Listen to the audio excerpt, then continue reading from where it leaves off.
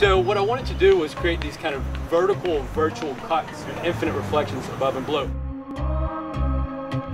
So this idea of conception, projection, and perception and a continuous feedback loop is really where the project started. So that space of the in-material could somehow be material. So it's a space that people can go into and actually experience this kind of virtual double.